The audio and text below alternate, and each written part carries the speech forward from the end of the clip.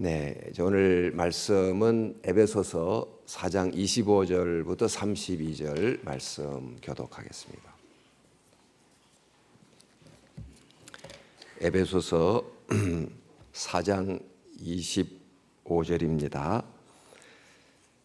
그런즉 거짓을 버리고 각각 그 이웃과 더불어 참된 것을 말하라. 이는 우리가 서로 지체가 됨이라.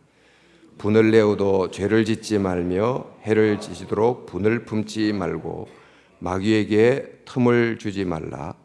도둑질하는 자는 다시 도둑질하지 말고 돌이켜 가난한 자에게 구제할 수 있도록 자기 손으로 수고하며 선한 일을 하라.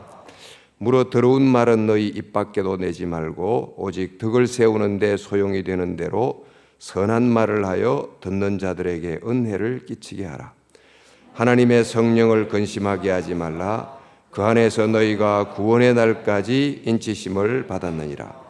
너희는 모든 악독과 노함과 분냄과 떠드는 것과 비방하는 것을 모든 악의와 함께 버리고 서로 친절하게 하며 불쌍히 여기며 용서하기를 하나님이 그리스도 안에서 너희를 용서하심과 같이 하라. 아멘. 오늘 건강한 교회 제목으로 오늘 두 번째 말씀을 전해주시겠습니다. 오늘 이제 말씀을 하고 돌아가시니까 우리 박수로 또 한 번 더 감사하는 표시를 하겠습니다.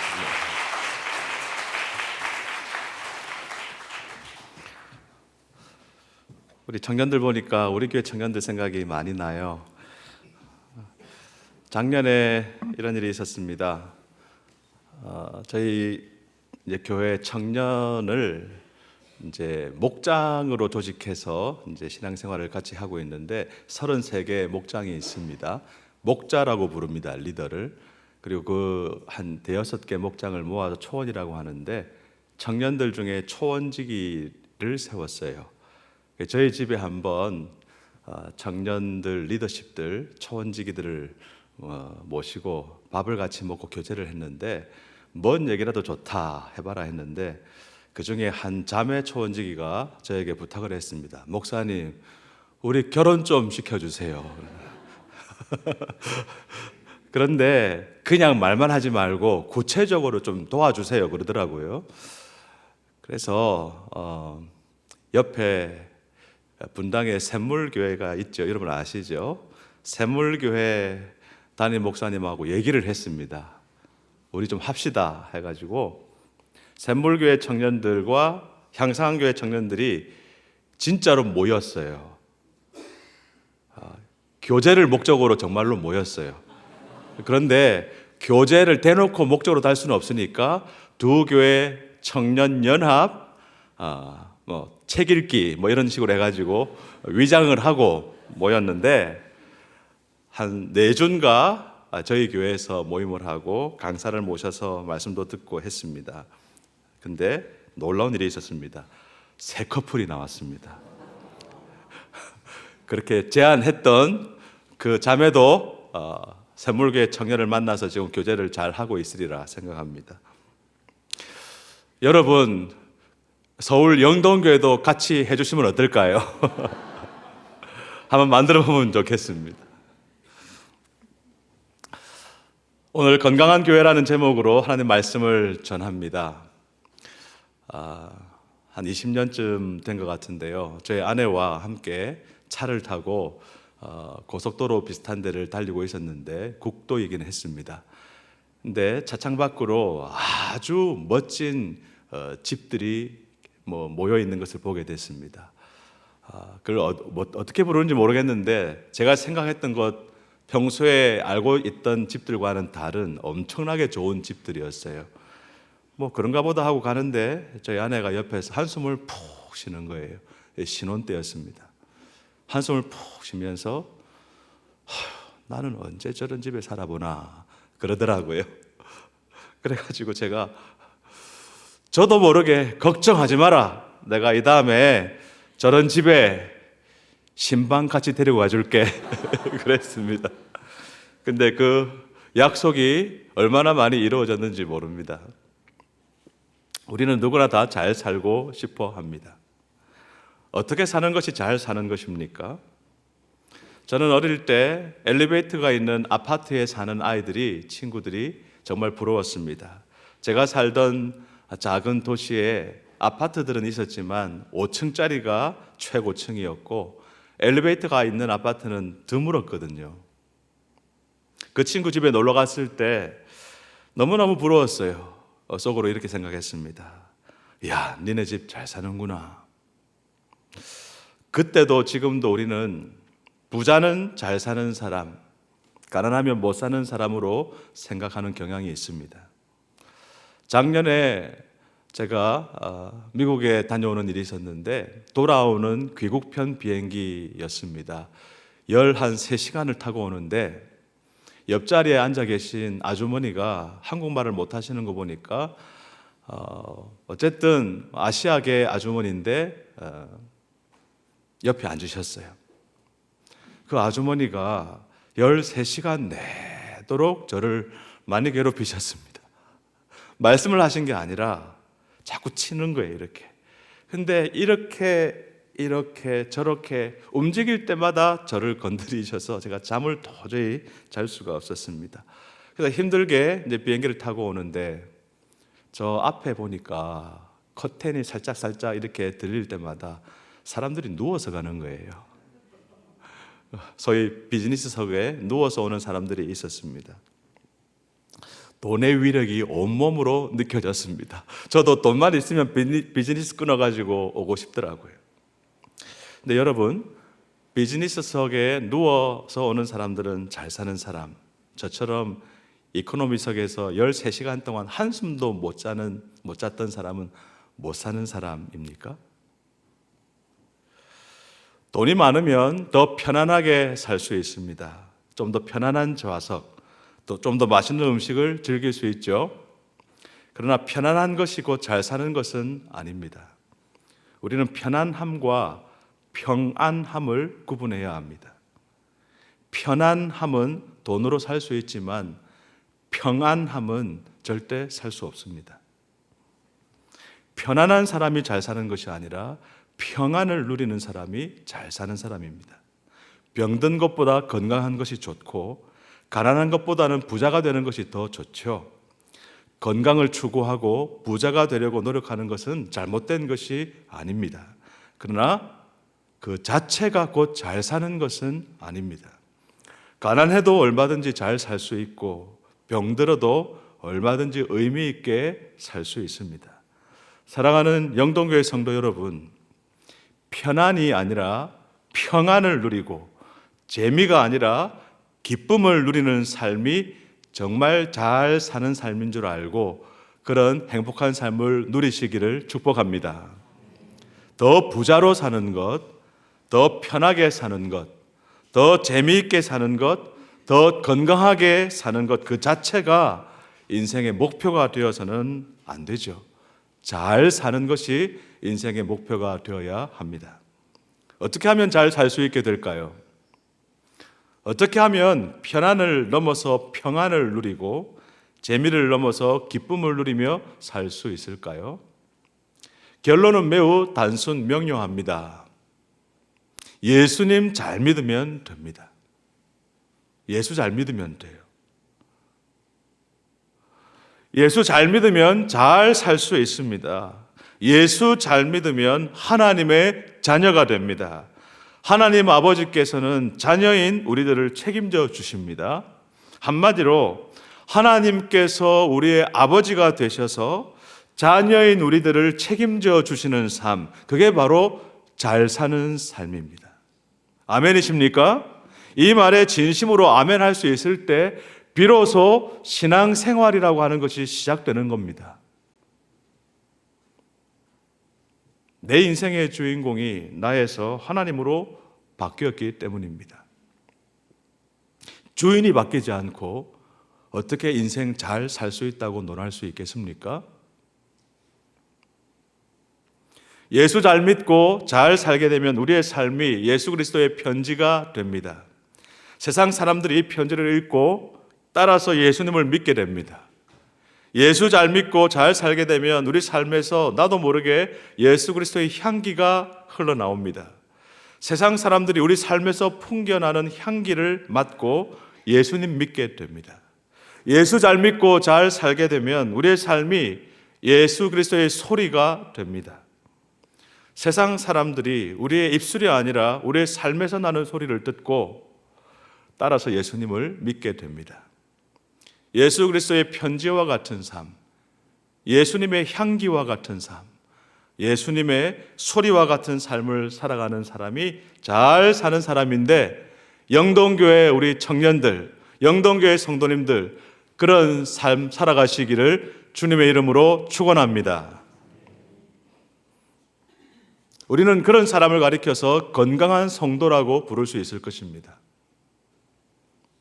예수 잘 믿고 잘 사는 사람들을 건강한 성도라고 부를 수 있다면, 이러한 건강한 성도들이 모여 있는 공동체를 건강한 교회라고 부를 수 있겠죠. 여러분, 교회가 건강하다는 말은 어떤 의미입니까? 목회자라면 누구에게나 건강하고 성경적인 교회를 세우고 싶은 열망이 있습니다. 저와 같은 목사들뿐만 아니라 여러분과 같은 평신도 사역자들도 마찬가지라고 생각합니다. 성경적인 교회를 세워보려고 사람들은 보통 성경에서 교회의 형태, 조직, 운영 방법을 찾아내려고 합니다. 그러나 여기에만 머물면 성경적인 교회에 관한 이론은 만들 수 있을지 모르나 실제로 교회를 세우는 데는 어려움이 많이 있습니다.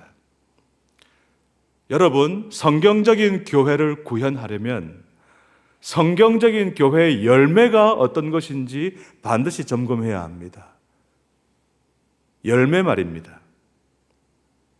신약 성경의 기록을 보면 초대 교회에는 대표적으로 세 가지 열매가 있었습니다. 다 모습이 다양합니다. 예루살렘 교회 다르고, 안디옥 교회 다르고, 로마 교회 다르고, 에베소 교회 다르고, 다 모양이 다릅니다. 그러나 다 대표적인 세 가지 열매는 다 있었어요. 첫째, 믿지 않는 사람들이 예수님을 믿었습니다. 둘째, 믿는 사람들의 삶이 변화되었습니다. 셋째, 교회 생활에 기쁨이 있었습니다. 제가 다시 말씀드립니다. 신약 성경이 증거하고 있는 교회, 초대 교회의 세 가지 열매. 첫째는 믿지 않는 사람들이 예수를 믿었습니다. 둘째, 믿는 사람들의 삶이 변화되었습니다. 셋째, 교회 생활에 기쁨이 있었습니다. 어떤 교회가 건강한 교회인지 아닌지 판단하려면 이 세 가지 열매가 있는지 없는지를 봐야 합니다. 열매로 말하는 성경적인 교회야말로 건강한 교회의 기초이기 때문입니다. 요즘 사람들이 교회에 대해서 실망하는 모습을 많이 봅니다. 특별히 우리 청년들이 교회에 대해서 마음을 자꾸 닫고 있습니다. 교회를 다니는 사람은 물론 안 다니는 사람들에게도 막연하게 그래도 교회는 다를 거야, 세상과 다를 거야 하는 기대치가 있습니다. 그런데 교회가 기대치를 만족시켜 주기보다는 실망이나 환멸을 심어주는 경우가 참 많습니다. 교회 가면 사랑을 좀 받을 줄 알았는데 자기네들끼리 친한 사람끼리만 똘똘 뭉쳐가지고 어떻게 비집고 들어갈 틈을 안 줍니다. 예수 믿는 사람들은 좀 정직하게 사나 했는데 비즈니스 하는 거 보니까 안 믿는 사람들과 뭐 다를 게 없습니다. 교회에서는 용서와 사랑을 경험할 줄 알았는데 오히려 교인들끼리 싸우는 모습을 종종 봅니다. 실망을 안 할 수가 없죠. 그래서 어떤 사람들은 교회는 뭐 교회냐, 나하고 하나님과의 관계만 올바르면 되지 하면서 아예 제도권 교회 다니기를 포기합니다. 집에서 정성껏 예배드리는 것이 훨씬 낫다, 요새 온라인 예배도 얼마든지 잘 돼 있지 않냐 하면서 한 주, 두 주, 몇 주 이렇게 예배를 드리다가 대부분은 그것마저도 흐지부지하게 됩니다. 예배를 중단하는 것이죠. 또 어떤 분들은 정말 자신이 추구하는 이상적인 교회를 찾아 몇 년 주기로 이 교회, 저 교회 찾아 헤매고 다닙니다. 그러나 만족할 만한 이상적인 교회를 찾을 수가 없어서 계속 떠돌아다니는 영적 난민 신세가 되죠. 이 시대는 영적 난민들이 너무 많은 시대입니다. 이상적인 교회에서 교회 생활, 신앙생활을 하고 싶은 욕구는 누구에게나 다 있다고 생각합니다. 그러나 이상적인 교회를 찾는다고 하면 먼저 이상적인 교회가 어떤 교회인지 그림을 그릴 수 있어야 되지 않겠습니까? 저는 오늘 이상적인 교회를 성경에서 한번 찾아보기를 원합니다. 성경에 여러 교회가 나오는데 저는 에베소 교회가 우리가 찾는 이상적인 교회의 모델이 될 수 있다 생각해 봅니다. 여러분, 이상적인 교회가 되려면 교회 위치도 좋아야 합니다. 에베소는 당시 소아시아에서 교통의 중심지였습니다. 이상적인 교회가 되려면 문화적인 배경도 필요합니다. 이 점에서도 에베소는 합격입니다. 에베소는 예수님이 오시기 전 400년 전에도 이미 포장된 도로가 있었습니다. 경제적으로 당시 상업과 무역의 중심지였습니다. 도시의 수호신은 여러분 알다시피 아르테미스라고 하는 여자 수호신입니다. 이 아르테미스 신전은 이집트에 있는 피라미드와 더불어서 세계 7대 불가사의 고대 건축물 중에 하나입니다. 또 이상적인 교회가 되려면 누가 설립했느냐 중요하죠. 에베소 교회는 바울 사도님이 설립한 교회입니다. 설립을 아무리 잘했어도 제자 훈련이 안 돼 있으면 또 소용이 없죠. 근데 에베소 교회는 사도 바울이 3년을 머물면서 집중 제자 훈련을 시켰습니다. 에베소 교회는 이상적인 교회가 될 수 있는 조건을 다 갖추고 있었습니다. 그런데 오늘 본문에 나타난 에베소 교회의 모습을 보면 우리가 기대하던 것과 많이 다르다는 것을 발견합니다. 25절을 보실까요? 거짓을 버리라고 했습니다. 무슨 말입니까? 에베소 교회는 거짓말쟁이들이 모인 교회였다는 것입니다. 우리가 뭐를 잘하고 있을 때는 그거 해라 이러지 않습니다. 그래서 공부 잘하는 자녀들에게 부모님들이 공부해라 이런 소리 안 하죠. 공부 좀 해라 이런 소리가 이렇게 자꾸 이렇게 나는 집은 지질이 공부 안 하는 아이들이 있게 마련입니다. 그래서 우리가 신약 성경의 서신서를 특별히 보면요, 무엇을 하지 말아라 할 때는 그 하고 있다는 뜻이고요, 무엇을 좀 하십시오 권면하는 메시지는 하지 않고 있다는 거예요. 우리는 바울이 에베소에 쓴 편지를 보고서 에베소 교회 교인들이 어떤 사람인지를 짐작할 수 있습니다. 그런즉 거짓을 버리고, 거짓말쟁이들이 모인 교회가 에베소 교회입니다. 26절을 보십시오. 분을 내어도 죄를 짓지 말며 해가 지도록 분을 품지 말아라. 에베소 교회는 혈기 부리는 사람들이 많이 모인 교회인 것 같습니다. 28절 읽고 저는 깜짝 놀랐습니다. 도둑질하는 자는 다시 도둑질하지 말고 돌이켜 가난한 자에게 구제할 수 있도록 자기 손으로 수고하여 선한 일을 하라. 에베소 교회는 도둑놈들이 많이 모인 교회인 것 같아요. 도둑이 없으면 도둑질하지 말라는 얘기를 왜 합니까? 또 29절 말씀 같이 한번 읽어볼까요? 무릇 더러운 말은 너희 입 밖에도 내지 말고 오직 덕을 세우는 데 소용되는 대로 선한 말을 하여 듣는 자들에게 은혜를 끼치게 하라. 에베소 교회는 쌍소리를 많이 하든지 음담 패설을 좋아하는 사람들이 들어 있었던 것 같습니다. 그러니까 더러운 말은 입 밖에도 내지 말라고 하지 않습니까? 사랑하는 성도 여러분, 이것이 바로 이상적인 교회의 모습입니다. 우리들이 생각하는 이상적인 교회는 성인들이 모인 곳입니다. 그러나 그리스도께서 생각하시는 이상적인 교회는 죄인들이 모인 곳입니다. 여러분, 왜 교회에서 실망하십니까? 교회에서 천국을 기대하시기 때문에 그렇습니다. 그러나 이상적인 교회는 천국이 아니라 병원 같은 곳입니다. 이상적인 교회는 천국이 아니라 병원입니다. 거만하고 이기적이고 혈기 부리고 술, 담배, 노름에 중독된 사람들이 모여서 하나님의 사랑 가운데서 변화받고 치료받는 장소가 교회입니다. 우리는 교회에 대한 개념 바꿔야 합니다. 교회는 천국이 아니라 병원입니다. 그래서 여러분들 교회에 와서 이기적인 사람, 교만한 사람 만난다고 놀라지 마십시오. 구역에서 건방진 사람, 혈기 부리는 사람, 또 가끔 중독에 빠져서 헤어나오지 못하는 사람 발견한다고 놀라지 마세요. 제대로 잘 온 것입니다. 병원에 그런 사람들이 모여 있는 것이 당연하지 않습니까? 서울 영동교회가 병원 같은 교회 되기를 주님의 이름으로 축원합니다. 교회는 병원이기 때문에 치료의 역사가 일어나야 합니다. 그러기 위해서 우리는 치료의 역사가 교회에서 일어날 수 있도록 분위기를 만들어 가야 합니다. 오늘 본문 32절에서 바울 사도는 치료의 분위기를 만들어주는 구체적인 방법을 제시해 줍니다. 서로 친절하게 하며 불쌍히 여기며 서로 용서하기를 하나님이 그리스도 안에서 너희를 용서하심과 같이 하라. 교회는요, 용납하는 분위기가 절대적으로 필요합니다. 그래야만 치료가 가능합니다. 서로 잘못을 꼬집는 것은 병원에 찾아온 우리 옛날 중풍병자라고 그냥 입에 달고 살았잖아요. 요즘 뇌경색 환자입니까? 어떻게 부릅니까?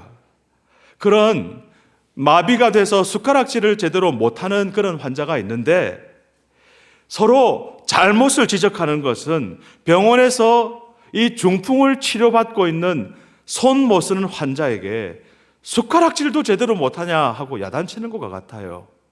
그렇지 않습니까? 아니 몸이 말을 잘 안 들어서 숟가락질도 제대로 안 되고 밥을 먹을 때 국물도 흘리고 반찬도 자꾸 질질 흘리고 그래서 그 고치려고 병원에 왔는데 아니 어른이 돼가지고 숟가락질도 하나 제대로 못해요. 그럼 어떻게 됩니까? 모나고 이기적인 성격을 고쳐보려고 교회에 왔는데 아무개 아주 성격이 못돼 먹었어. 이러면 어쩝니까? 병원에서는 아픈 사람이 재구실을 못한다고 나무라지 않습니다. 교회도 이와 같아야 합니다. 아파서 제대로 할 수 있는 것이 없어서 교회에 왔는데 제대로 못한다고 지적하고 나무라면 안 되는 것이죠. 그래서 우리 영동교회 성도님들 교회에서 구역에서 함께 봉사하시면서 잘못을 지적하기보다는 감싸주시는 귀한 성도님들 다 되시기를 바랍니다. 대신에 작은 일에도 서로 칭찬해주고 격려해주는 성도님들 되시면 좋겠어요. 병원에 가면요 조금만 잘해도 얼마나 칭찬을 잘해줍니까? 수술하고 나서 방구 낀 것도 아이고 아저씨 드디어 방구를 꼈네요 하고 박수 쳐주지 않습니까? 아줌마 오늘 소변을 200cc나 넣었네요. 어제보다 더 많이 넣었네요. 잘하고 있습니다. 내일은 250 갑시다. 그게 병원 아닙니까? 교회 한 번도 안 나오던 친구가 요새는 그래도 두세 달에 한 번씩은 얼굴 보이네? 와, 잘하고 있다. 반갑다. 그래야 되지 않겠습니까? 구역 모임에 정말 안 나오던 어떤 형제님이 한 번 나오면 눈치 줄 게 아니고 와 형제님 나오셨습니까? 하고 환영하고 기뻐하고 감사해야 되지 않겠습니까? 전에는 인사도 안 받던 사람이 그래도 요새는 눈은 맞춰주네. 감사합니다 해야 되지 않겠습니까? 여러분, 교회에서 치료의 역사가 일어나기 위해서는 분위기가 긍정적이어야 한다는 말이기도 합니다. 무슨 말입니까? 25절 보십시오. 그런즉 거짓을 버리고 각각 그 이웃과 더불어 뭘 하라고요? 참된 것을 말하라. 이는 우리가 서로 지체가 됨이라. 거짓말 하지 마세요 하면 분위기가 부정적입니다. 그러나 참된 것을 말하라 라고 하면 분위기가 긍정적으로 바뀌죠. 언제든지 무엇을 하지 말라라고 권면하신 다음에 바울 사도는 항상 무엇을 하라라고 덧붙여 권면합니다. 로마서 12장에 악으로 갚지 말고 어떻게 하라고요? 선으로 악을 이기십시오. 28절에도 보세요. 도둑질하는 자는 다시 도둑질하지 말고 돌이켜 가난한 자에게 구제하라. 그렇게 할 수 있도록 수고하여 선한 일을 하라. 29절에도 보세요. 무릇 더러운 말은 너희 입 밖에도 내지 말고 선한 말을 하라. 우리가 치료받고 치료되기 위해서는 하지 말아라, 하지 말자에서 멈추면 안 돼요. 해라까지 가야 합니다. 부정적인 데서 긍정적인 데로 나아가야 합니다. 은혜 받고 결단할 때 신년 새벽 기도회를 통해서 여러분 결단하고 계시잖아요. 하지 말아야지가 아니라 무엇이든지 긍정적으로 해야지까지 나아가야 합니다. 예를 들어서 나는 이번 신년 새벽 기도회를 통해서 좀 더 겸손해져야 되겠다라고 결단하신 분이 있다고 합시다.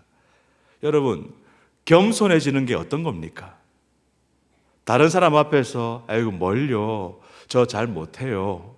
아유, 아닙니다. 그게 겸손입니까? 그 속에 교만이 도사리고 있지 않습니까? 속으로는 맞아 그러지 않나요? 겸손해야지 이 결단을 어떻게 실천할 수 있습니까? 저는 이렇게 생각합니다. 다른 사람을 높이는 겁니다. 자신을 낮추는 것이 겸손이 아니라 다른 사람을 자기보다 낫다고 여기고 높여주는 것이 진짜 겸손 아닐까요? 예를 들어서 별 볼 일 없다고 생각되는 리더들, 우리 목사님들, 우리 장로님들, 지도자라는 리더라는 사실 때문에 존경하는 것입니다.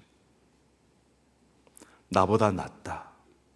나보다 하나님께 더 가까운 사람이다. 존경하고 사랑하는 것입니다. 우리 구역장님들, 나보다 훨씬 더 겸손한 분이다. 훌륭한 분이다. 낮게 여기고 존경하는 것입니다.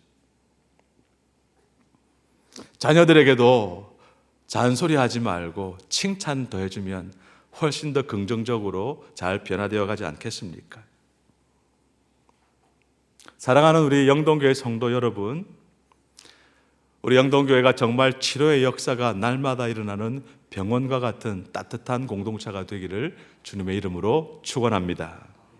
누구든지 와서 편하게 자기를 내보일 수 있고 자기 문제, 자기 아픔을 나눌 수 있는 병원의 분위기를 새해에 한번 만들어 가보시면 어떨까요? 어떻게 하면 교회가 치료되고 치료받는, 치료 잘하는 병원 분위기로 바뀔 수 있겠습니까? 여러분 아십니까? 치료의 역사는요, 언제든지 작은 그룹을 통해서 훨씬 더 잘 일어납니다. 치료의 역사가 잘 일어나려면 교회는 좀 더 작아져야 합니다. 작은 교회가 더 유리합니다. 그렇다면 서울 영동교회 같이 큰 교회는 치료의 역사가 잘 일어나기 어렵다는 말일까요? 그렇지 않습니다. 아주 좋은 방법이 있습니다. 여러분이 속한 소그룹이 치료의 역사가 잘 일어나도록 따뜻한 가족 공동체가 되면 돼요. 대표적으로 영동교회 구역이 있을 겁니다. 구역 식구들끼리 새해에 모이기를 힘쓰고 구역 식구들과 한 번이라도 더 밥을 같이 먹으려고 애를 쓰고 밥상 공동체를 이룰 수 있다면 그야말로 식구, 우리는 가족이라는 말을 식구라고 부르지 않습니까? 같이 밥 먹는 사람이에요. 그렇게 되면 치료의 역사가 그 작은 구역에서 더 잘 일어날 겁니다. 우리가 다른 사람들은 몰라도 이렇게 여러 영동교회 성도들 다 앞에서는 몰라도 구역 식구들끼리 있는 자리에서는 그래도 속마음을 내놓고 문제를 내놓고 기도 부탁하고 또 고민을 나누고 하지 않습니까? 기쁜 일이 있을 때 함께 기뻐하고 슬픈 일을 당했을 때 함께 울어주는 가장 따뜻한 가족 공동체, 그런 구역이 병원과 같은 그런 작은 교회가 될 때 영동교회 전체가 건강하고 성경적인 교회로 더 성장하게 될 줄 믿습니다. 여러분, 이웃을 사랑하라는 말씀을 듣고 은혜를 받았을 때 이렇게 큰 예배당에서 한 번 예배드리는 것이 신앙생활의 전부인 사람은 이웃 사랑을 어디서부터 시작해야 될까 쉽지 않을 겁니다. 그러나 구역 식구들은, 소그룹은요, 나의 가장 가까운 이웃과 함께 정기적으로 만나고 있기 때문에 이웃 사랑을 가장 먼저 실천할 수 있는 대상이 됩니다. 이거 한번 실천해 보면 어떨까요? 지난달에, 작년 연말에 우리 교회에서 마지막으로 세례를 받으신 부부가 있습니다. 이 부부는 정말 교회 다닌 지 얼마 안 되신 분인데 수원에 살고 계십니다. 어린이집을 운영하는 원장님이었는데 여러 가지 이유로 저 지방에 있는 도시로 이사를 가야 했고, 남편의 사업도 망하고 이 자매님도 되는 것이 별로 없어서 어려운 삶을 살고 있었습니다. 그러다가 다시 수원으로 오게 되었는데 세상에 살 집이 없는 거예요. 살 집이 없는데 옛날에 운영하던 어린이집에 다시 와서 일을 하게 되었는데, 그 어린이집에 실습을 하러 오신 우리 교회 권사님을 만나게 됩니다. 우리 교회는 구역을 목장이라고 부르거든요. 목장에서 수고하시는 우리 목녀님이라고 부르는데, 남편은 목자, 아내는 목녀 이렇게 부르는데요. 좀 촌스럽죠, 이름이. 우리는 익숙합니다. 목녀님 이렇게 하니까 뭐 꿈꾸는 여자인가 뭐 그러는데, 어쨌든 우리 권사님 목녀님이 그 어린이집에 실습을 하러 갔다가 그 딱한 자매님을 만나게 된 거예요. 그러다가 이 자매님이 살 집이 없어졌을 때 우리 권사님이 우리 집에 와서 당분간 있으라고, 집 구할 때까지 있으라고. 그러면서 이 자매님이 위기를 넘기던 중에 사랑을 듬뿍 받다 보니까 하나님 생각이 났던 것 같아요. 제가 어떻게 하면 교회 나갈 수 있을까요? 그래서 새벽 기도를 이 권사님과 함께 나오기 시작했습니다.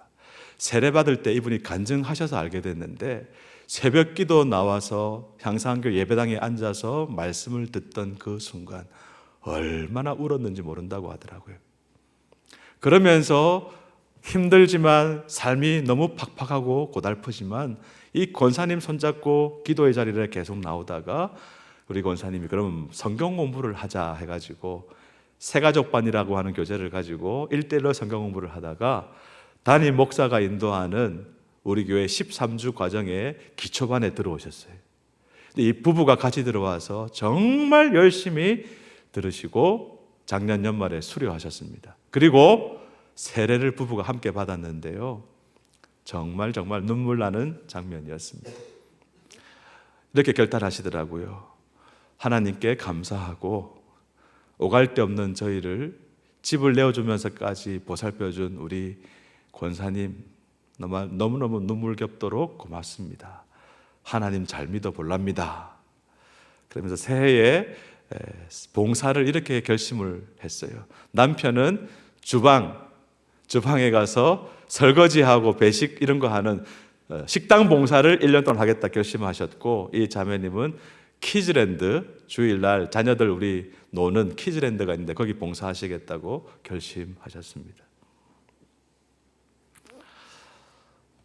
따뜻한 소그룹이 있기 때문에 하나님을 모르는 사람들이 하나님을 만나는 일도 더 잘 일어나는 것 같아요.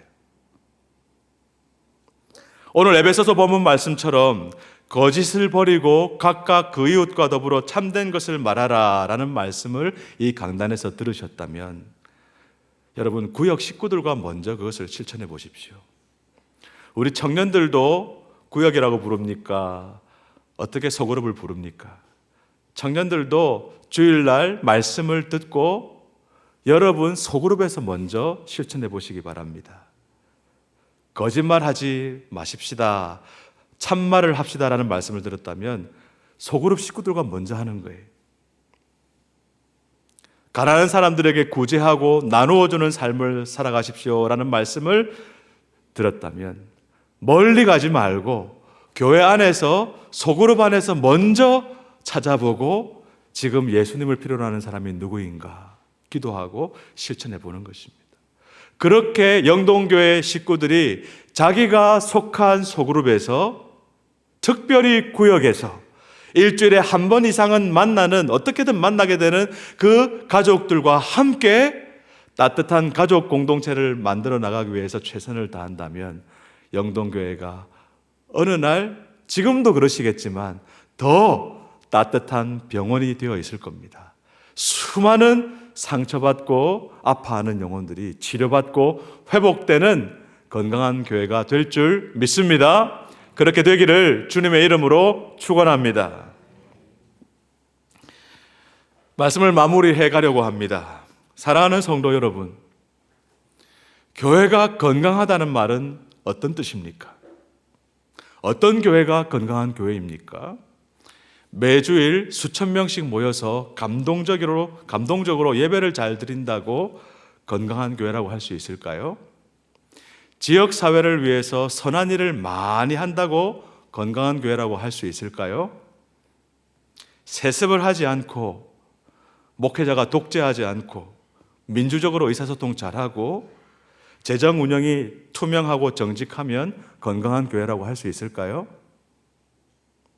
물론 좋은 교회, 건강한 교회죠. 근데 이런 교회가 좋은 교회이긴 하지만, 건강한 교회이긴 하지만 정말 건강한 교회라고 하기는 어렵습니다. 건강한 교회라면 반드시 치료의 역사가 일어나야 합니다. 사람이 변화되는 역사가 일어나야 합니다. 사랑이 뭔지 모르는 이기적인 사람이 와서 치료받고 사랑하는 사람이 되는 곳, 용서할 줄 모르는 사람이 와서 치료받고 다른 사람을 용서해 주는 사람이 되는 곳, 거짓말을 밥 먹듯이 하는 사람이 와서 치료받고 정직한 사람으로 변화되는 곳, 자기밖에 몰라서 움켜쥐기만 하던 사람이 와서 치료받고 가난한 사람들을 돌봐주며 나누어주는 사람이 되는 곳, 윤리적인 반성, 도덕적인 변화가 아니라 예수 그리스도의 십자가 은혜로 인해서 하나님의 사랑과 용서를 경험함으로 날마다 치료의 역사를 경험해가는 교회, 그런 교회가 건강한 교회입니다. 영동교회가 그런 건강한 교회 되기를 바랍니다. 사랑하는 성도 여러분, 저는 작년에 용인 세브란스 병원 직원 예배에 초청을 받아서 말씀을 전하게 되었는데, 거기서 영동교회 장로님 한 분을 만났습니다. 여러분 아마 아실 겁니다. 저는 그분 처음 뵀습니다. 근데 예배를 같이 드렸고 예배를 마치고 저를 배웅해 주시고 인사를 해 주셨는데요, 제가 그분에게서 진짜 겸손이 어떤 것인지 느꼈습니다. 저도 귀한 장로님, 우리 이웃의 병원에서 일하시는 거 참 감사합니다 하고 인사드리고 왔는데요, 돌아서면서 참 영동교회 귀한 장로님 계시는구나 싶었습니다. 어제 설교에 비유하면 칼과 칼집이 잘 갖추어진 분 같더라고요. 우리 동네에서 조금만 더 가면 여러분이 많이 기여해서 지금도 헌신하면서 돌보고 있는 샘물 호스피스가 있지 않습니까? 샘물 호스피스에 우리 교인 임종 예배 드리러 갔다가 또 거기서 저는 이름도 모르고 얼굴도 모르지만 또 장로님 한 분을 만났습니다. 일부러 찾아오셔서 저한테 인사를 하시더라고요. 향산교회 목사님이시죠 하면서. 똑같은 겸손과 사랑과 실력을 느꼈습니다. 그런 좋은 신자들이 많이 모여있는 사랑하는 우리 서울 영동교회가 새해에 더욱더 하나님의 은혜를 덧입고 서로 사랑하고 용납해주며 치료의 역사를 날마다 경험해가는, 그래서 병원과 같은 건강한 교회 되기를 주님의 이름으로 축원합니다. 하나님 우리 아버지 감사합니다. 신년 새벽 기도회를 통해서 하나님 건강한 교회 세우는 일에 헌신하며 기도합니다. 새해에 하나님의 은혜를 사모하며 기도합니다. 새해 이루고 싶은 간절한 소원, 기도 제목을 가지고 기도합니다. 무엇보다도 우리 영동교회가 주님 기뻐하시는 건강한 교회가 되는 일에 제가 어떻게 헌신하기를 원하십니까? 우리가 어떻게 변화되기를 원하십니까? 결단하며 기도합니다. 우리가 기도할 때 하나님 들으시고 응답하여 주시옵소서. 예수님 이름으로 기도드립니다. 아멘.